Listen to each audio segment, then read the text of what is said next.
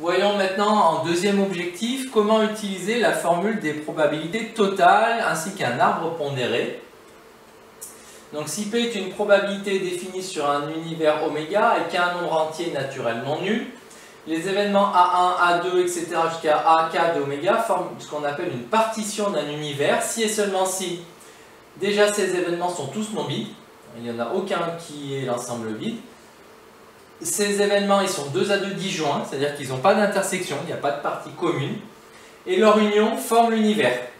Donc vous avez une partition ici représentée, c'est peut-être plus simple à comprendre. Partition d'un univers, c'est que si vous voulez les fractionner en sous-ensembles A1, A2, A3, A4, etc. jusqu'à AK, qui ont la particularité qu'ils sont tous non vides, donc ils ont tous au moins un élément. Ils sont tous disjoints, il n'y a pas de partie commune. Et quand je les unis, ça forme mon univers. Donc, K, et vous voyez pourquoi sur le graphique, je pense que vous comprenez la notion de partition. Cas particulier, si la probabilité de l'événement A est comprise entre 0 et 1, alors par exemple, les événements A et A bar, c'est une partition. C'est une partition très simple, constituée d'un événement et de son contraire. Pourquoi? Parce qu'un événement et son contraire, a priori, donc si justement A n'est ni égal à 0 ni égal à 1, enfin la probabilité de A n'est ni égale à 0 ni égale à 1, alors la probabilité de A existe, c'est-à-dire qu'il y a au moins une issue qui réalise A. Du coup, il y a au moins une issue qui réalise A bar, donc ils sont tous les deux non vides. Ils sont disjoints, par définition d'un événement et de son contraire. On ne peut pas être à la fois dans un événement et dans son contraire, donc ils sont disjoints. Et leur union forme l'univers, parce que si vous n'êtes pas dans A, vous êtes dans A bar. Donc A et A bar, ça forme une partition, ça forme toujours une partition de l'univers. Et bien, formule des probabilités totales. Si les événements A1, A2, AK forment une partition, comme c'est le cas sur ce schéma d'un univers oméga, alors pour tout événement B de oméga, la probabilité de l'événement B, c'est la probabilité de B inter A1, plus la probabilité de B inter A2, plus la probabilité de B inter A3, etc., plus la probabilité de B avec toutes les intersections des AK. C'est-à-dire que c'est tous les événements qui sont à la fois dans B et A1, ceux qui sont dans B et A2, ceux qui sont dans B et A3, etc. jusqu'à B et le dernier A que vous avez. Si vous additionnez tout ça, alors vous êtes sûr d'avoir tous les événements de B. Un cas particulier, vu que A et A bar forment une partition, alors P de B, je peux dire que c'est P de B inter A plus P de B inter A bar. C'est tous les éléments qui sont à la fois dans A et B et dans A bar et B.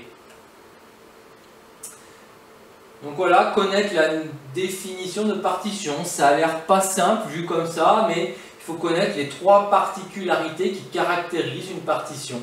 C'est que tous les événements sont non vides, disjoints et que leur union forme l'univers. Voilà les 3 choses à connaître.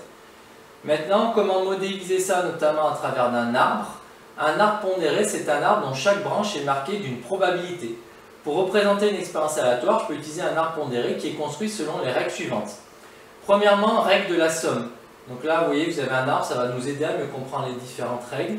Règle de la somme, c'est que la somme des probabilités inscrites sur les branches partant d'un même nœud est égale à 1. Les branches qui partent de là et de là, si j'additionne les deux, alors c'est peut-être, enfin, je ne sais pas si vous voyez bien, là c'est 3 huitièmes, 5 huitièmes, car j'additionne les deux, ça doit toujours faire 1. Là c'est 2 septièmes, 5 septièmes, ça fait 1. 3 septièmes, 4 septièmes, j'additionne les deux, ça fait 1. Donc règle de la somme, les branches issues d'un même nœud, la somme de leur probabilité doit être égale à 1. Règle ensuite du produit. La probabilité d'un chemin constitué d'une succession de branches est égale au produit des probabilités inscrites sur ces branches. Donc la probabilité du chemin AB, c'est le produit des probabilités que j'ai rencontrées sur les deux branches, donc c'est 3 huitièmes fois 2 septièmes. Et enfin, application de la formule des probabilités totales. La probabilité d'un événement E inscrit aux extrémités de plusieurs chemins est égale à la somme de la probabilité des chemins qui mènent à E. Si E, par exemple, c'est cette branche-là et cette branche-là, il me suffit d'additionner les deux probabilités pour avoir la probabilité de l'événement E. Donc, le nombre d'événements formant une partition donne le nombre de branches issues du premier nœud d'un arbre. Par exemple, A et A bar forment une partition, donc j'ai deux branches. Si j'avais 3 ou 4 branches, si j'avais une partition qui se constituait de 3 ou 4 éléments, j'aurais 3 ou 4 branches au départ.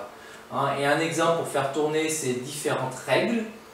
Un sac contient 8 jetons, dont 3 sont blancs. Arnaud prend au hasard un jeton qu'il conserve dans le sac, puis à son tour, Benoît prend au hasard un jeton dans ce sac. On note A, l'événement, le jeton d'Arnaud est blanc, et B, l'événement, le jeton de Benoît est blanc. Cette expérience aléatoire peut être modélisée par l'arbre ci-compte. Qu'est-ce qui se passe? Donc dans le sac, il y a 8 jetons, dont 3 blancs. Donc probabilité de prendre un blanc, 3/8 au départ pour Arnaud, et donc 5/8 de ne pas prendre un blanc. Dans la mesure où il conserve son jeton, alors je pense qu'il conserve dans sa main, parce que là ils disent qu'il conserve dans le sac, en gros il n'y a pas remise du jeton, voilà ce qu'on veut dire. Donc si par exemple on est dans le cas où notre ami Arnaud il a pris le jeton blanc, dans tous les cas il ne reste plus que 7 jetons dans le sac vu qu'il le garde dans sa main. S'il a pris un blanc, on est dans la branche du haut, il reste 2 blancs sur 7. Et il reste du coup 5 non blancs sur 7. Si par contre on est dans la branche du bas, c'est qu'il n'a pas pris un blanc. Donc il reste encore 3 blancs sur 7. Et il reste 4 non blancs sur 7. Donc voilà pourquoi ça donne cet arbre pondéré là. Donc probabilité qu'Arnaud et Benoît prennent chacun un jeton blanc. C'est la branche du haut. Arnaud a pris un jeton blanc, puis Benoît a pris un jeton blanc. Donc principe multiplicatif, deuxième règle, c'est 3/8 fois 2/7. Donc ça c'est la probabilité de A, et attention, en termes de notation, cette probabilité-là, 2/7, c'est la probabilité de B, sachant A. Probabilité qu'Arnaud prenne un jeton blanc, sachant, que Benoît prenne un jeton blanc, sachant qu'Arnaud a pris un jeton blanc. Donc là par exemple, ici c'est pas P de B, c'est bien P de B sachant A. Donc P de A inter B, c'est P de A, 3/8, fois P de B sachant A, 2/7. Et 3/8 fois 2/7, ça ferait 6 sur 56, c'est-à-dire 3/28. Et du coup, la probabilité que Benoît prenne un jeton blanc, c'est soit il prend un jeton blanc sachant qu'Arnaud a pris, Arnaud a pris un jeton blanc, soit il prend un jeton blanc sachant qu'Arnaud n'a pas pris un jeton blanc, donc il y a deux branches qui conduisent à ça. Je dois donc additionner ces deux branches, donc P de B, c'est P de B inter A, branche numéro 1, plus P de B inter A bar, branche numéro 3. Alors P de A inter B, je l'avais déjà, c'est 3 sur 28, et P de B inter A bar, c'est cette branche-là, 5/8 fois 3/7. Probabilité de A bar fois probabilité de B sachant A bar, donc 5/8 fois 3/8.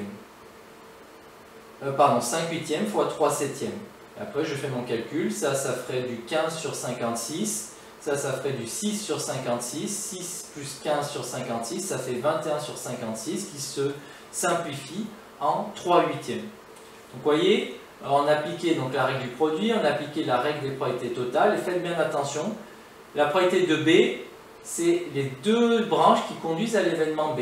Donc c'est formule des probabilités totales, je vais additionner la probabilité de cette branche-là, plus la probabilité de cette branche-là. Et faites attention que les probabilités qui apparaissent au deuxième niveau d'un arbre sont des probabilités conditionnelles. Donc je répète, ici par exemple, c'est pas P de B, c'est P de B sachant A.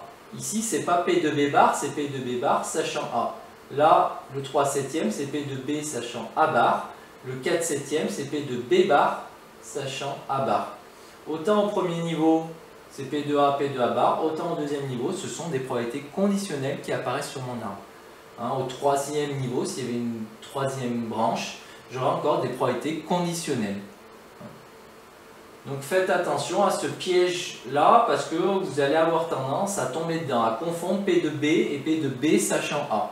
Donc suivant la position sur l'arbre, j'ai soit une probabilité simple si je suis au premier niveau, soit une probabilité conditionnelle si je suis au deuxième niveau. Donc ça, il va falloir être vigilant.